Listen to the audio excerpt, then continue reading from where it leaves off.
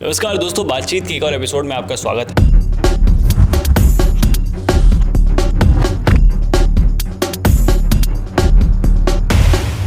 और आज इस एपिसोड में हम बात करने वाले हैं कल जो 8:20 में पाकिस्तान ने जो बदतमीजी करना शुरू करी थी और फिर जो हिंदुस्तान की आर्मी ने झपाझप जो थप्पड़ मारे थे पाकिस्तान के ऊपर। जी हाँ, जिस तरीके से रिटालिएशन होने के बाद जितने भी एयर डिफेंस सिस्टम पाकिस्तान के अंदर मौजूद थे, जितने भी उनके बड़े शहर थे, 3 तो उनके विमान गिरा दिए फाइटर जेट, और ये सारी अपडेट्स निकल के सामने आई। तो कार्तिक, क्या सब कुछ पूरी कहानी का मतलब स्टार्टिंग पॉइंट क्या था?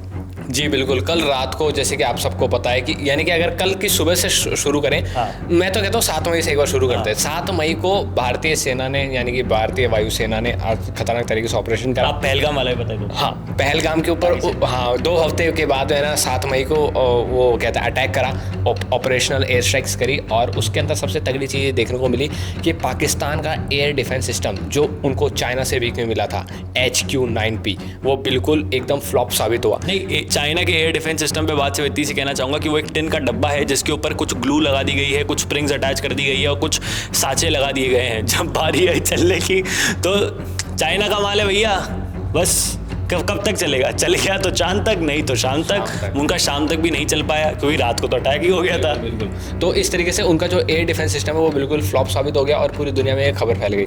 लेकिन उसके बाद में अब 7 मई को पता चला भारत को कि भाई इनका तो एयर डिफेंस सिस्टम बिल्कुल फ्लॉप हो चुका है। तो 8 मई की सुबह अपनी तरफ से 12 ड्रोन जाते हैं और वहाँ पे अलग अलग 12 जो पंजाब प्रांत है पाकिस्तान के, वहाँ पर जाके हमले करते हैं और जाके अच्छी खासी तबाही मचा देते हैं। इस बीच जो आखिरी 12वां ड्रोन था वो लाहौर जाता है। लाहौर के जो एयर डिफेंस सिस्टम था एक बचा कुचा पाकिस्तान का, उसके ऊपर जाके फट जाता है। अब शाम को पाकिस्तान हरकत में आता है। रात तक पाकिस्तान, जैसे कि आपने टाइम बताया 8:20, उस समय पाकिस्तान जम्मू के अंदर हरकत में आता है। धीरे धीरे करके 9 साढ़े 9 बजे पाकिस्तान जैसलमेर, बाड़मेर के आसपास और राजस्थान बॉर्डर और पंजाब बॉर्डर में कहना चाहूँगा, यहाँ पर पाकिस्तान शेलिंग शुरू कर देता है और है ना आर्टिलरी चलाना शुरू कर देता है। भारत के पास क्योंकि S-400 था जो कि भारत ने 2020-21 के आसपास रशिया से डील करके भारत ने लिया था, उसके कारण भारत ने जितने भी तमाम शेलिंग के गोले आ रहे थे, आर्टिलरी फायर किए जा रहे थे पाकिस्तान द्वारा, उन सबको रोक दिया गया था।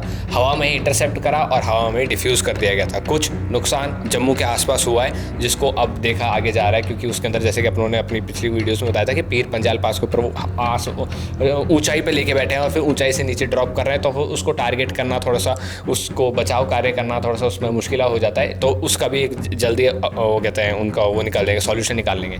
अब सीन ऐसा है कि पाकिस्तान इस पर अटैक कर रहा था, अपन इस पर अटैक करेंगे। कल पूरे रात तक यही चला और फिर बाद में ये भी रिपोर्ट्स है कि कराची के ऊपर INS विक्रांत ने अटैक करा, एक स्ट्राइक हुई है। अब उसका आज 9 मई हो चुकी है। 9 मई को कराची का जो वो है पोर्ट मैनेजमेंट है, उसने ट्विटर पे ट्वीट करा कि हमको भारी नुकसान हुआ है, हमारा लॉजिस्टिक्स को भारी नुकसान हुआ है, और उसके बाद उन्होंने ट्वीट डिलीट कर दिया और उन्होंने बाद में कहा कि हमारा ट्विटर हैंडल हैक हो गया। तो ये मेरे को थोड़ी सी वो कहानी लग रही है कि भाई पहले उन्होंने ट्वीट कर दिया होगा क्योंकि उनके सामने उनको नुकसान दिखा होगा, बाद ऊपर से आदेश आया होगा इस्लामाबाद से कि भाई इसको डिलीट कर दो, बहाना दे दो कि हैक हो गया, कि भाई हमारा तो सब कुछ हैक ही हो रहा है, तो हमारा हैक हो गया। अब दूसरी तरफ से एक और ये चीज़ निकल कर आती है, इनका एक ही ट्विटर अकाउंट हैक नहीं होता, इनकी तरफ से एक और ट्विटर अकाउंट हैक हो जाता है। वो होता है पाकिस्तान की इकोनॉमिक डिवीज़न का, जो पाकिस्तान सरकार की इकोनॉमिक डिवीज़न का जो ट्विटर हैंडल है वो हो जाता है, और वो भीख मांग रहा था, सबको कह रहा था, वर्ल्ड बैंक को कह रहा था, इंटरनेशनल पार्टनर्स को कह रहा था, उसके कौन सा पार्टनर्स है पता नहीं, हाँ टर्की और अजरबैजान है, तो इनको कह रहा था कि आप हमें पैसा दीजिए, हमारे स्टॉक क्रैशेज हो चुके हैं, एनिमी ने हम पर बहुत बड़ा अटैक कर दिया है, इस तरीके से उन्होंने कहा।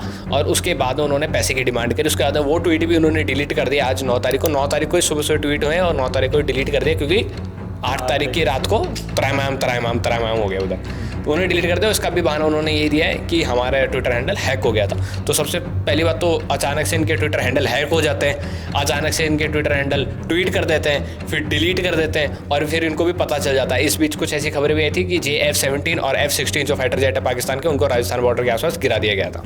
ये अब तक का अपडेट था। मतलब मेजर अपडेट यही है कि जितनी भी मीडिया सोर्सेज के अंदर ये सब चीज़ें क्लेम आउट करी गई है कि इस्लामाबाद उड़ा दिया है, लाहौर उड़ा दिया है, सियालकोट उड़ा दिया है, कराची उड़ा दिया है, पंजाब के अंदर कुछ सारे रीजन रीजन है जो पाकिस्तान पंजाब है, उसके कुछ सारे रीजन है उनको उड़ा दिया गया है। और पाकिस्तान से आ रही एक भी मिसाइल भारत की धरती को छू नहीं पाई। सिविलियंस के ऊपर ये लोग अटैक कर रहे हैं, जैसा कि कार्तिक ने कल की वीडियो में बताया था और आज भी अभी इन्होंने इस बार जिक्र किया थोड़े से सेकंड के लिए कि पीर पंजाल एक रेंज है पीओके के अंदर, जो पूंछ वाले इलाके के ऊपर वो पहाड़ है, ऊपर से नीचे आर्टिलरी आती है, ऊपर से नीचे आता है, तो इट्स वेरी डिफिकल्ट टू आप उसको काउंटर आउट कर दो। अब उसको काउंटर करने के लिए क्या होता है कि आपके फाइटर जेट ऊपर की तरफ से उड़े। अब वो पीर पंजाल जो रेंज है वो 3,000 साढ़े 3,000 मीटर ऊपर है, तो वहाँ से आर्टिलरी शेल जब नीचे आता है तो बहुत मुश्किल हो जाता है टारगेट आउट करना।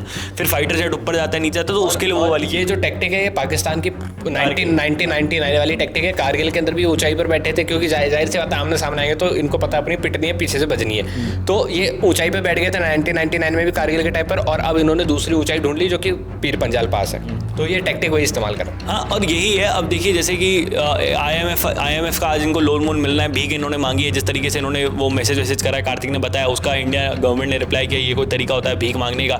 इसी के साथ साथ अमेरिका ने एक फ्री हैंड दे दिया, उन्होंने कह दिया अमेरिका ने this is not our business.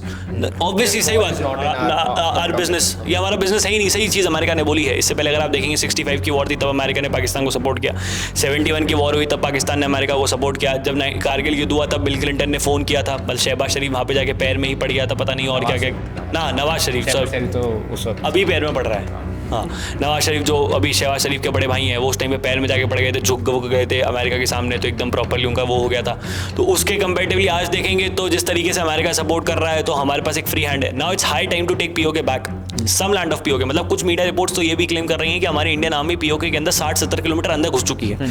उसका प्रॉपरली ब्रीफ आउट नहीं मिल रहा है तो उसको हम क्लेम नहीं कर सकते, लेकिन बाकी जितनी भी चीज़ें हैं कि 2 F-17, एक F-16 गिरा दिया, F-17 हाँ F-17 JF-17 और F-16 यूएसए का F-16 और चाइना का JF-17 2 वो गिरा दिए गए हैं। उसके वीडियोस वगैरह भी कुछ सोशल मीडिया पे सर्कुलेट हो रहे हैं, तो वो एक चीज़ है। दूसरा, जितनी भी शेलिंग करी गई है जैसलमेर के अंदर वो सबको काउंटर आउट कर दिया गया था, मतलब एक बम नहीं गिरा। मतलब इतनी खुशी, मैं ये सब वीडियोस देखता था जब इजराइल हमास की वॉर होती थी, जब रशिया यूक्रेन की वॉर होती थी, कि डिफेंस सिस्टम किस तरीके से काम कर रहा है। आज हमने वो चीज़ देखी है। जब से S-400 भारत में है, ये प्रैक्टिकल जो उसका रिजल्ट है वो आज ही देखने को मिला है। और वेस्टर्न मीडिया इसको बिल्कुल भी रिपोर्ट नहीं करेगा, खासकर तो अमेरिका इसको बिल्कुल भी रिपोर्ट नहीं करेगा, क्योंकि जो मटेरियल है रशिया का है, ये रशिया का है। और दूसरी चीज़, अमेरिका एक होता गया पाकिस्तान इंडिया का जब भी बीच में कॉन्फ्लिक्ट आता है तो इतनी गंदी बेइज्जती होती है अमेरिका की जिसकी हद नहीं है।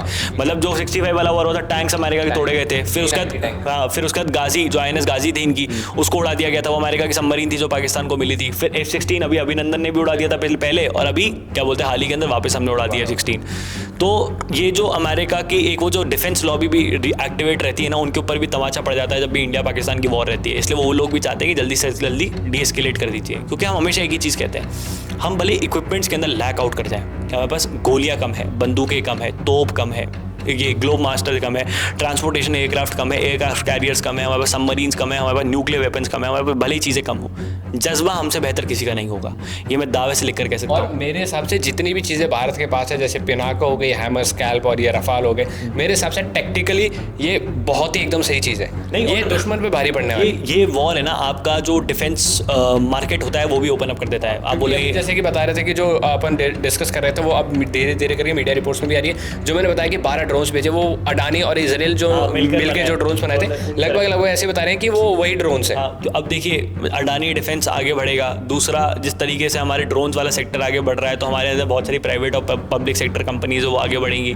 दूसरा, आकाश ने जिस तरीके से काम किया है, तो जो ये साउथ ईस्टर्न नेशंस हैं, अफ्रीकन नेशंस हैं, ये आकाश को खरीदना चाहेंगे। आकाश डिफेंस मिसाइल सिस्टम जो है, जो एक PSU बनाता है, वो BDL भारत डायनामिक लिमिटेड, ये वो PSU है वो बनाता है। तो ये जो चीज़ें ना, जो हमारा डिफेंस मार्केट है वो भी ओपन अप हो जाएगा, क्योंकि हम टेस्ट एंड ट्राई कर रहे हैं भाई, इतना टाइम हो गया।